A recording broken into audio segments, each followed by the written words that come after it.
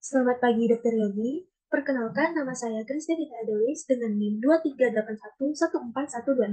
Pada kesempatan kali ini, saya akan menjelaskan terkait anatomi dan fisiologi sistem reproduksi manusia.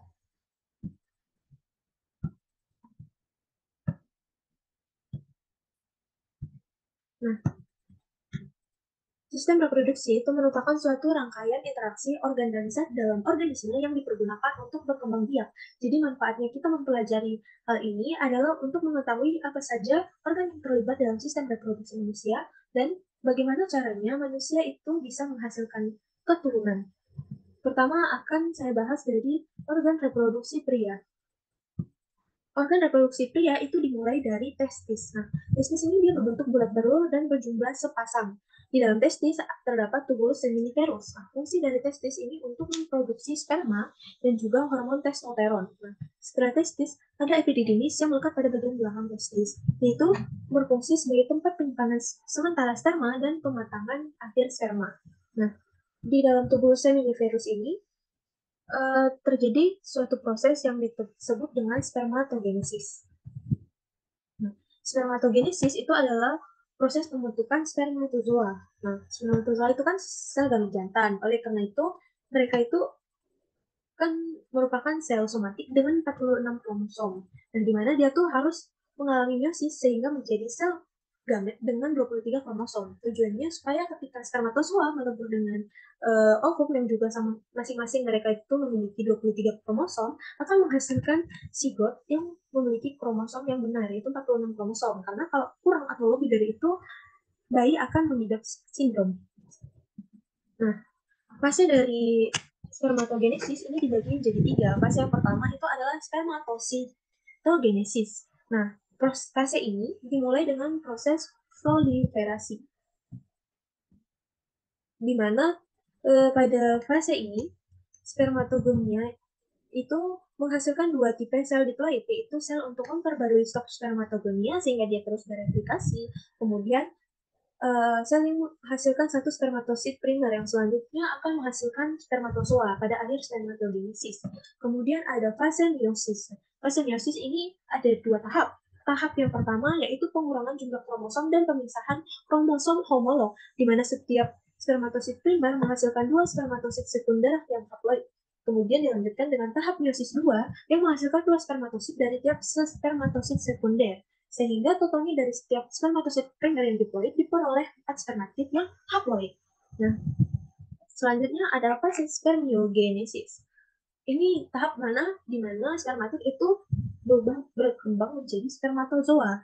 Dia punya kepala, punya ekor, ekornya itu membutuhkan flagel sehingga dia dapat bebas bergerak, kemudian kepalanya itu mulai mengecil dan runcing gitu kan. Nah, lalu sperma ini akan dilepaskan ke tengah tubulus seminiferus. Nah, lalu dia akan diangkut ke epididymis, bagian atas, bagian belakang testis itu tadi, di mana akan terjadi pematangan akhir sperma. Nah, epididymis ini mengekspresikan cairan yang mengandung hormon, enzim, dan gizi yang sangat penting dalam proses pematangan sperma. Nah, kemudian sperma yang matang itu disimpan sementara di epididymis dan dikeluarkan melalui ejakulasi, begitu. Kemudian lanjut ke anatomi reproduksi yang lain, yaitu ada vas deferens. Vas deferens merupakan saluran yang menghubungkan epididymis dan vesicula seminalis. Ya, dia sebagai tempat jalannya sperma dari epididymis ke vesicula seminalis. Kemudian vesicula seminalis ini merupakan kantong sperma. Dia menghasilkan fruktosa untuk memberi makan sperma, lalu menghasilkan sebagian besar cairan semen dan mengeluarkan prostaglandin yang merancang mobilitas saluran reproduksi untuk mengeluarkan sperma. Nah, di bagian bawahnya vesicula seminalis, dia tuh ada kelenjar prostat. Nah, kelenjar prostat dia tuh mengelilingi uretra. Kelenjar prostat ini mengeluarkan cairan basah yang menetralkan sekresi vagina yang asam sehingga aman untuk sperma. Dan juga dia ini memicu pembekuan semen untuk menjaga sperma agar tetap berada di dalam vagina ketika penis dikeluarkan. Nah, selanjutnya di bagian bawah kelenjar prostat ini ada kelenjar borboretral. Nah, di mana kelenjar ini menghasilkan mukus sebagai volume saat berhubungan intim. Selanjutnya ada uretra. Nah, uretra ini sebagai saluran untuk keluarnya sperma dari vesicula seminalis sehingga dikeluarkan melalui penis begitu. Dia juga bisa tempat keluarnya urin. Selanjutnya ada penis. Penis ini sebagai perantara untuk masuknya sperma ke dalam rahim wanita. Selanjutnya ada juga skrotum, merupakan kulit tipis yang membungkus testis. Dia ini berfungsi untuk menjaga suhu testis agar tetap optimal untuk memproduksi sperma. Nah, demikian tadi anatomi dan juga fisiologi dari sistem reproduksi pria. Sekarang kita lanjut ke organ reproduksi wanita. Nah, organ reproduksi wanita itu dimulai dari ovarium. Nah, ovarium itu berbentuknya oval, ya, kecil ya, jadi ada sepasang di kiri dan kanan. Ovarium ini berfungsi sebagai tempat memproduksi ovum dan juga tempat pematangan ovum. Ketika ovum sudah matang, dia akan keluar dari ovarium dan ditangkap oleh membrane. Nah, membrane ini kan berbentuk jari. Lalu dia itu menangkap dan mendorongnya ke tuba Fallopi. Tuba Fallopi ini adalah jalur untuk jalannya ovum dari ovarium menuju ke uterus. Nah, di uterus ini berperan sebagai tempat perkembangan zigot jika terjadi pembuahan. Tapi jika nggak terjadi, dinding uterus itu akan meluluh dan terjadi yang disebut dengan menstruasi. Nah, di bagian atas uterus ini terdapat fundus. Nah, fundus ini nggak hanya menyeimbangkan hormon-hormon saat kehamilan, tetapi juga dia melindungi janin. Kemudian, dinding rahim itu ada endometrium dan myometrium. Nah, endometrium yang bagian ini, yaitu menghasilkan lendir yang memiliki banyak pembuluh darah. Dia ini juga bakal meluruh ketika menstruasi. Kemudian myometrium itu adalah lapisan tengah dari dinding rahim yang terdiri dari sel-sel otot polos dan mendukung jaringan sperma dan pembuluh darah. Kemudian ada cervix atau mulut rahim, dan ini sebagai pintu masuknya sperma ke dalam uterus.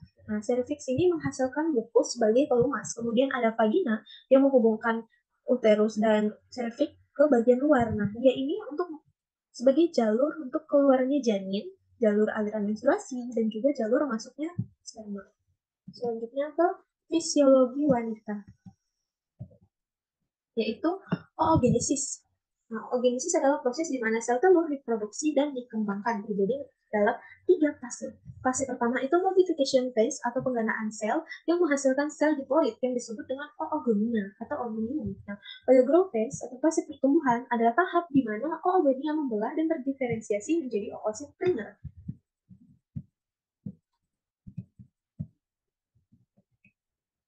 Selanjutnya adalah matures phase, yaitu tahap pembentukan gamet. Nah, di sini, oosit primer itu menjalani meiosis 1 dan menjadi oosit sekunder, dan meiosis 2 terhenti pada metafase dan hanya selesai ketika pembuahan itu berhasil oleh sel sperma.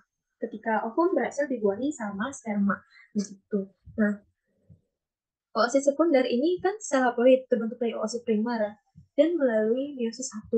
Nah, kemudian dia itu nanti dikelilingi sama follicle graft yang berisi cairan di ovarium, tempat sel telur yang belum matang berkembang sebelum ovulasi. Nah, selanjutnya, meiosis 1 itu berlanjut pada wanita ketika dia mulai berovulasi. Dia mengubah oosit primer menjadi oosit sekunder dan badan polar utama gitu. Nah, tapi meiosis kedua ini hanya akan terjadi ketika ovum mengalami pembuahan. Kemudian jika dia sudah mengalami pembuahan, dia akan menghasilkan 1 sel telur yang besar dan 3 badan polar. Begitu. Nah, selanjutnya, jika tidak terjadi fertilisasi, maka terjadilah siklus menstruasi. Menstruasi itu pendarahan yang terjadi secara periodik dan disertai dengan peluluhan endometrium saat ovum itu nggak dibuahi. Biasanya siklus ini terjadi sekitar 28 hari dan perhitungannya itu dimulai dari hari pertama menstruasi. Gitu. Nah, pada kesempatan ini saya akan membahas mulai dari fase folikel. Nah, fase folikel atau fase ovulasi itu terhitung dari hari skinnya sekitar mungkin bisa 3 atau 7 hari setelah selesai menstruasi, itu ketika hipotalamus yang merangsang hipofisis untuk mengeluarkan FSH. Nah, di sini FSH ini merangsang pertumbuhan ovum gitu. Apa yang merangsang folikel atau sel ovum itu bertumbuh begitu. Kemudian ada fase ovulasi, adalah fase ketika ovarium itu melepaskan ovum. Nah, itu terjadi ketika LH itu merangsang pelepasan ovum gitu. Dia nanti bakal dilepaskan di tuba Fallopi. Itu terjadi pada sekitar hari ke-15 sampai hari ke-19 setelah menstruasi di hari pertama. Nah, selanjutnya ada fase luteal atau fase ovulasi. Nah, fase ini terjadi ketika hal yang terjadi di fase ini yaitu Setelah dilepas tuh ovum akan mengerut dan berubah menjadi corpus luteum. Ini dapat meningkatkan hormon estrogen dan juga progesteron yang membuat lapisan uterus itu menebal dan siap ditanami oleh sel telur yang telah dibuahi begitu. Nah, proses ini terjadi dari hari ke-20 sampai ke-28. Nah, lalu jika sel ovum itu nggak dibuahi, produksi hormon estrogen dan progesteron itu menurun. Dan dinding rahim itu mengalami perluluhan, sehingga ada pendarahan yang disebut dengan menstruasi. Pendarahan ini umumnya terjadi sekitar 3-7 hari. Nah, selanjutnya, lalu kalau gitu gimana sih proses kehamilan? Nah, proses kehamilan tentu saja ketika sel ovum itu dibuahi oleh sperma dan menempel serta berkembang di dalam uterus. Nah, itu melibatkan beberapa tahap. Yang pertama itu ada ovulasi ya, ketika uh, ovosit sekunder atau ovum matang itu dikeluarkan dan berjalan di tuba Fallopi. Nah, di tuba Fallopi ini jika ada pembuahan, maka sel sperma akan membuahi sel ovum di tuba Fallopi. Kemudian terjadi peleburan dan terjadi pembelahan sel. Awalnya hanya satu sel tunggal, kemudian jadi 2 sel, 4 sel, 16 sel, dan seterusnya, sehingga dia menempel di dinding rahim, terjadi implantasi. Nah, di sini ada pembentukan plasenta yang merupakan organ melekatnya embrio ke dinding uterus, di mana lewat plasenta ini embrio akan mendapatkan gizinya gitu. Kemudian embrio terus berkembang besar, terus bertumbuh sehingga jadi janin, dan pada setelah 9 bulan dia dikeluarkan dari rahim melalui vagina dan lahirlah seorang bayi begitu. Nah, selanjutnya saya akan membahas lebih lengkap terkait proses fertilisasi atau pembuahan. Nah, fertilisasi itu dimulai ketika terjadi penetrasi spermatozoa ke corona radiata di sini. Nah, dia ini untuk melewati ini dia dibantu sama enzim hyaluronidase. Kemudian dia juga menembus lapisan penghalang kedua yaitu zona pellucida. Nah, kemudian reaksi akrosom pada sel sperma ini akan menyebabkan modifikasi kapasitasi alami. Kapasitasi ini memungkinkan sperma masuk ke dalam sel telur dan terjadi peleburan di antara keduanya. Nah, di mana nanti di sini ekor dari sperma itu lepas dan hanya kepalanya aja, dan dia mengalami fusi inti di sini, mengalami peleburan begitu. Lalu nuklus akan membesar dan berkembang menjadi sigot, terus dia melekat di rahim dan akhirnya bertambah besar jadi janin yang keluar dan lahirlah seorang bayi itu. Nah, jadi kesimpulannya, sistem reproduksi manusia ini bertanggung jawab untuk menghasilkan keturunan dan mempertahankan spesies. Nah, pada pria, sistem reproduksi itu melibatkan testis sebagai tempat produksi sperma dan hormon testosteron, kemudian saluran jalannya sperma, kelenjar penghasil cairan semen, dan organ reproduksi eksternal seperti penis. Nah, pada wanita, sistem reproduksi itu melibatkan ovarium yang memproduksi sel ovum dan hormon seperti estrogen dan progesteron, lalu tuba Fallopi sebagai saluran jalannya ovum, kemudian uterus sebagai tempat implantasi dan pertumbuhan janin, serta vagina sebagai saluran keluarnya bayi atau masuknya sperma.